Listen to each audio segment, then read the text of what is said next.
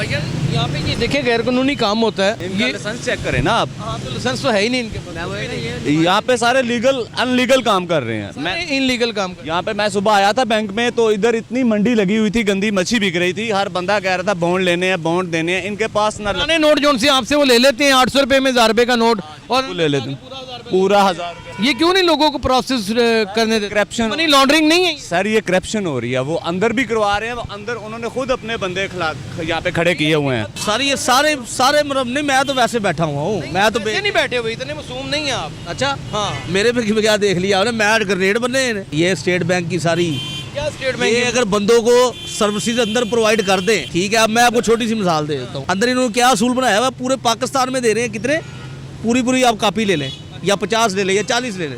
ये अंदर कह रहे हैं जी हम सिर्फ 5 देंगे, ताकि बाहर से ये पूरी कॉपी महंगे पैसों में खरीद, यानी कि अंदर वाले मिले हुए हैं बाहर वालों के साथ। फॉल्ट ही अंदर वालों का